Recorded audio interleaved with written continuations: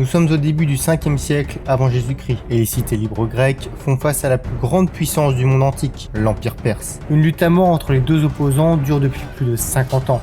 Les Perses envoyant pour écraser leur adversaire des armées toujours plus nombreuses. Le bain de sang fut tel que la mer Égée finit par déborder de cadavres et se teinter de rouge, durant ce qu'on va appeler les guerres médiques. Les batailles légendaires comme Marathon ou encore les Thermopyles illustrent parfaitement le désir de conquête de la part de l'Empire perse, opposé à la détermination des Grecs. Et si tout cela était plus compliqué, il serait idiot de tout résumer à un banal conflit entre de méchants Perses et de gentils Grecs. Alors pour y voir un peu plus clair, je vous propose de nous intéresser au souverain le plus marquant de cette époque, le grand roi de Perse Xerxès Ier, l'homme qui tua Léonidas.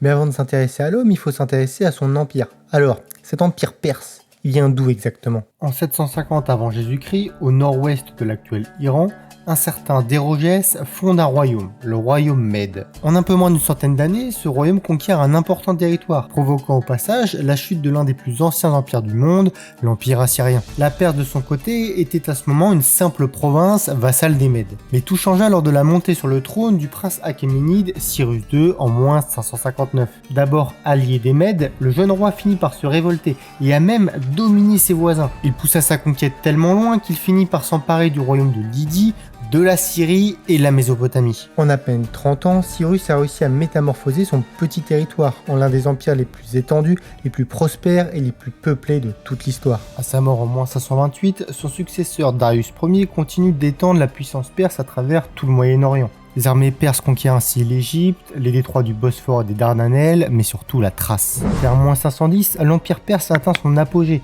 en soumettant l'ensemble des cités libres grecques de l'Ionie. Car oui, pour ceux qui ne le savaient pas, une importante partie des cités d'Anatolie, sur la côte de l'actuelle Turquie, se revendiquaient comme de culture grecque. La conquête de ce territoire s'avéra être un véritable casse-tête pour les dirigeants perses, les obligeant à s'ingérer dans l'enfer politique de la mer Égée s'ils souhaitent maintenir la paix sur leur frontière ouest. Et cette paix finit par se briser. La cause en est simple, l'ambition d'un homme, Aristagoras, le tyran de Milet. La plus riche cité d'Ionie, pourtant toujours autonome, voyait d'un mauvais œil la domination perse sur la région. Soutenu par Athènes, Milet poussa les autres cités d'Ionie à se révolter contre l'occupant en 499, menaçant la stabilité de l'empire dans sa province. Ne pouvant rester sans rien faire, Darius envoya une armée pour réprimer la révolte, ce qui fut fait en moins 497. Bon, du coup, les Perses sont un peu embarqués malgré eux dans cette histoire. Ne pouvant ignorer le soutien apporté notamment par Athènes aux cités rebelles, les Perses entamèrent une campagne de représailles. C'est le début des guerres médiques.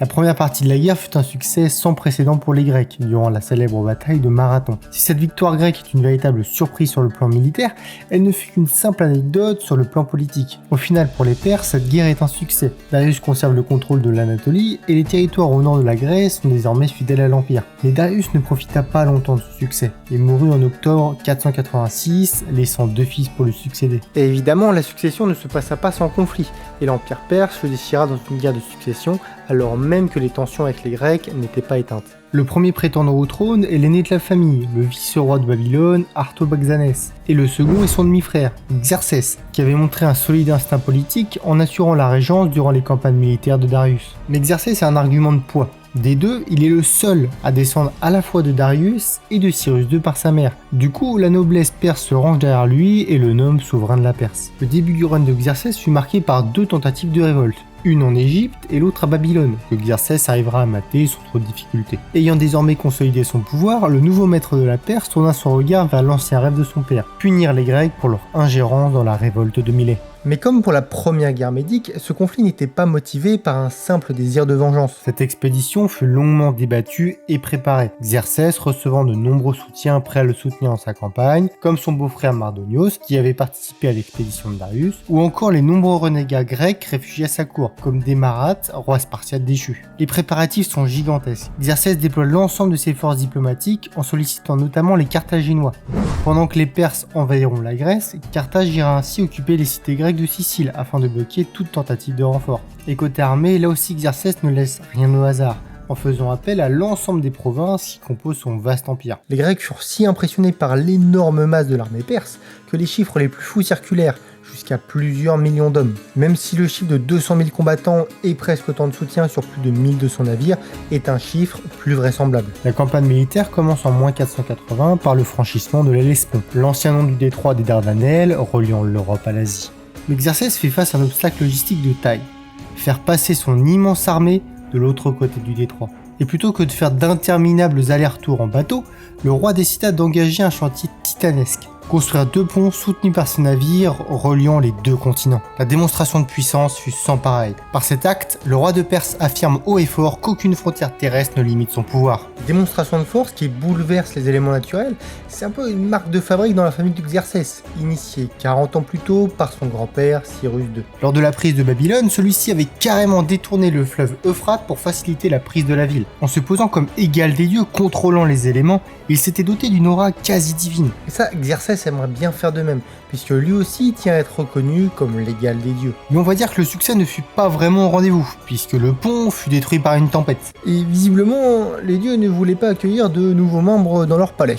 Xerxès, bien décidé à surmonter cette épreuve imposée par les dieux eux-mêmes, entama la construction d'un second pont. Dans un objectif symbolique d'affirmer son autorité, Xerxès fit fouetter le fleuve 300 fois pour sa désobéissance, et fit symboliquement jeter à la mer des chaînes, l'enchaînant comme un esclave. Bon, faut pas juger, hein. Chacun sa manière d'exprimer sa colère. Ah oui, et au passage, sans doute histoire de motiver les ouvriers du second pont, les ingénieurs en charge du premier pont furent tous exécutés. Mais cette seconde tentative s'avère payante, et purent traverser leur passerelle entre les 2 continents, recouvrant sa surface d'offrandes et faisant brûler de l'encens pour honorer les dieux. Xerxès a gagné son pari. Il triompha de l'épreuve que les dieux eux-mêmes lui avaient imposée. En remerciement pour la coopération du fleuve, le roi jeta lui-même plusieurs offrandes dans les flots avant de faire rentrer son armée vers l'intérieur des terres. Car désormais, l'armée perse est en Thrace et s'apprête à déferler sur la Grèce. La deuxième guerre médique a commencé. Je vous avais dit plus tôt que les Grecs avaient été impressionnés par l'immense armée perse, présente sur terre comme sur mer. Bah là, les Grecs, ils flippent carrément. Dans l'urgence, les principales cités libres grecques se rassemblent en moins 481 à Corinthe, imposant une trêve universelle à l'ensemble des cités-États. Mais toutes les cités ne font pas le choix de la résistance.